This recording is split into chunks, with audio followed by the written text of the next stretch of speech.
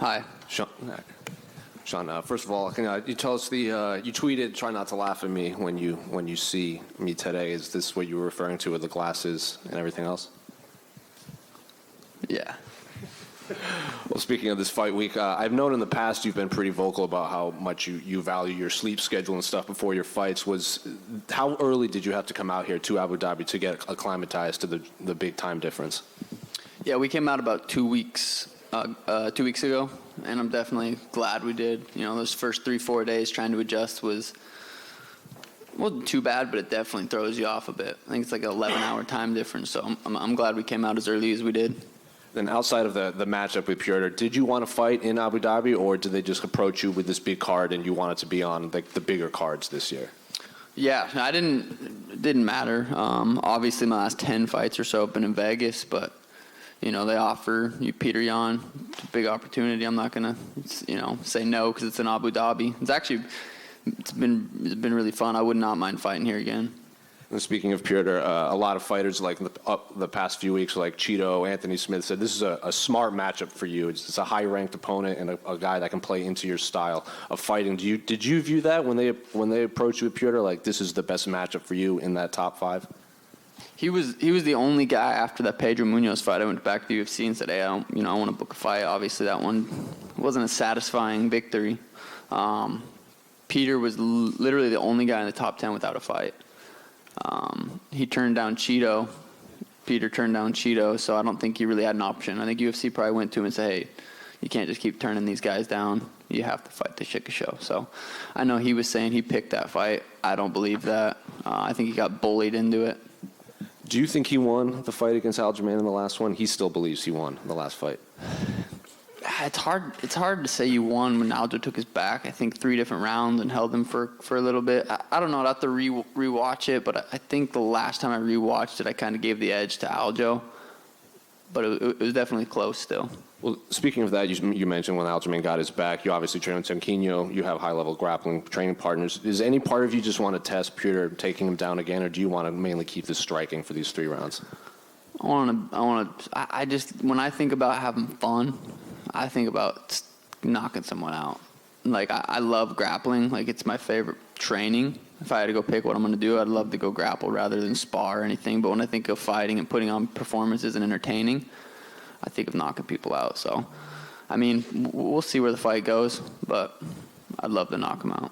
And then finally, I'm sure you heard the comments from Dana White. He said he compared your fight with Petr to when Conor fought Aldo and confirmed that the winner of your fight would indeed get the next shot at the bantamweight title. So what do you make of now that is confirmed and he compared your fight to that massive fight between Conor and Aldo?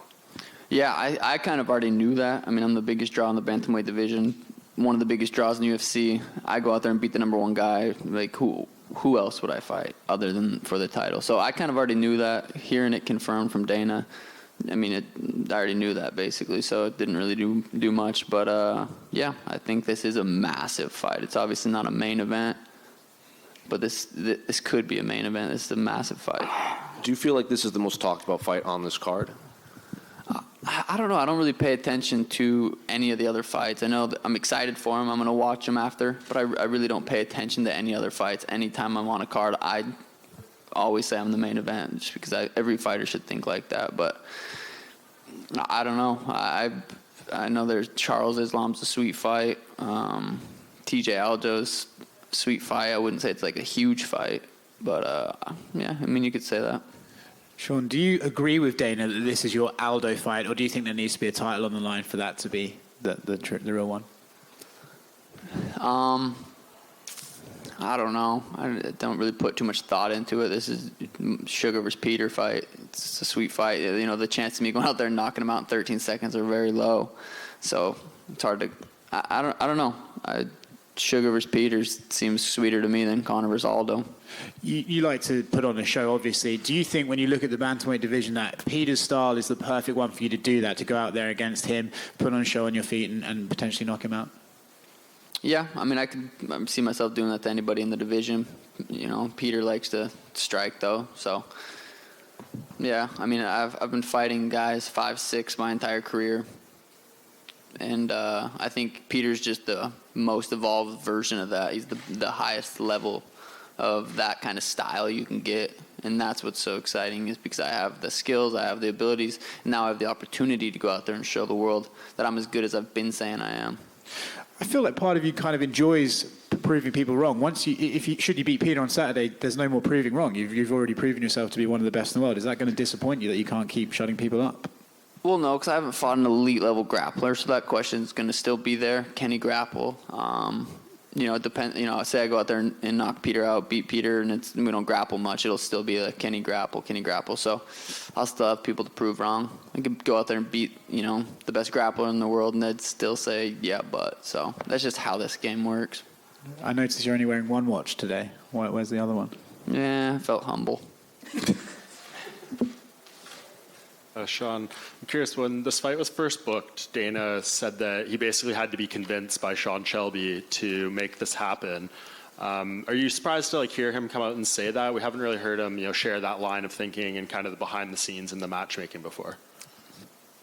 Yeah, I don't know. I doubt it took too much convincing. I mean, I've been in the UFC for 5 years. I fought Pedro. It wasn't the most entertaining and wasn't the best fight. But if you can take anything away from that fight, he's a top 10 guy. Didn't hit me once. Kicked my legs a couple times. I feel like I did more damage to his legs by checking his kicks than he did by pecking at mine. So I don't think it took much convincing. I don't know. We'd have to ask Dana, but I bet he was probably on board for it. And what do you think I asked you this question a while ago, what you think is the biggest fight for you in the bantamweight division, and you said you don't even think it maybe exists right now yet, but we know that you are going to fight the winner of this co-main event. What do you think is a bigger fight for you, Aljamain or TJ? If TJ beats Aljo, TJ will be considered the best bantamweight of all time, which he kind of already, he hasn't lost his belt. So I think me versus TJ would be a lot bigger. For some reason, people just... Aljo, he's not a draw. I like the guy. Even TJ versus Aljo doesn't feel like a huge fight. I mean, it's a main event. It could be a main event. It's a big fight, but it's not like a massive fight. I think if TJ beats Aljo, me versus TJ is insane. I think me versus Aljo would be insane, considering I'd be on the card. So probably TJ. Sean, just to your left over here. I see you. Yes. It was behind me, yes. So Piotr is known to be like a bit of a slow starter in the first round. Sometimes people say it's because, he's trying to see his opponent work out the game plan and then react, but then it could be he might be conserving his energy because he's been in a lot of 5-round fights lately. Do you and your team identify that first round as a massive opportunity? Because it feels like if he's kind of slow in that first round against you, it might not be such a good idea. So I just wanted to get your thoughts on that, really. Yeah, I would say he probably starts out a little bit slower because his style's kind of... It's a 5-round style when he starts. It's a completely different mindset when you have a 3-round fight compared to a 5-round fight. So I'm not really expecting him to come out there and kind of start as slow. He knows he only has 15 minutes. It's a lot different mindset than having 25 minutes. So I expect him to come out and try to get busy a little bit right away. But it doesn't really matter to me. I can adapt. I think that's what being high level is, being able to adapt to whether he comes out slow, fast, whatever. I feel like I'm just better. And just one quick one for you, Sean, as well. You're 27 years old. You're really young. I don't think anyone who's fighting in the UFC that's 27 is probably as financially as stable as you. So I would say you're pretty comfortable with life. So having said that, when you're so young and you're so financially stable, how do you still stay motivated to be hungry to fight for the? How do you get that in you to still be that hungry? It's a good question. Thank you. It's just in you. I don't know. There's times you go through phases where you're just like, fuck, I don't. Training camps are brutal. I went through 12 weeks with Pedro, took 4 weeks off, went through 12 weeks with Peter, and I still feel pretty good. But it depends probably when you ask someone that.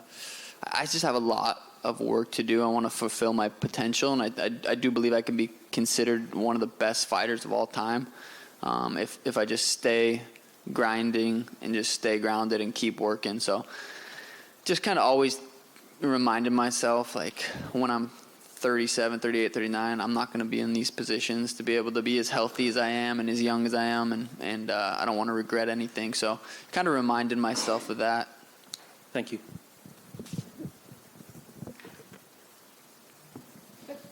No. Yeah, obviously I know you're focused on Petr Yan, but I just wanted to get your opinion or your thoughts on the main event and who you think's going to win between Oliveira and Makhachev. I just love Charles's career. I think it's cool to see, how long he's been in the UFC, the ups and downs, and then the streak he's on right now. I would love to see that. I always will kind of go with the striker more than the grappler too. I think that's just kind of, I'm more of a striker, so I'd like to see Charles win, but we'll see. I don't know. I don't really care who wins, but it would be sweet to see Charles pull it off. Sean, question here. Fourth row to your right. It's great to see you embrace the local culture here. So are you hoping to win over a fan base here in Abu Dhabi? And finally, you've been around for quite a while. You were at the NBA games as well in the Etihad Arena. Can you just reflect on your time here? Yeah, it feels, I was surprised how many fans I had, walking around the mall, walking around the hotel. Like, some people might think I'm a rapper, though. They don't even know. But yeah, no, it's been really fun. I think, I'd definitely love to come out here without having a fight book, to be able to explore a little bit more, go out and eat something delicious, not what I've been eating. But yeah, it's been really cool, and like I said, I'd love to come back out here, not having a fight booked, and explore. But yeah. Thanks, guys. Make sure to subscribe to the LowKick MMA YouTube channel for all the latest news, event previews, and interviews with some of the biggest stars in MMA.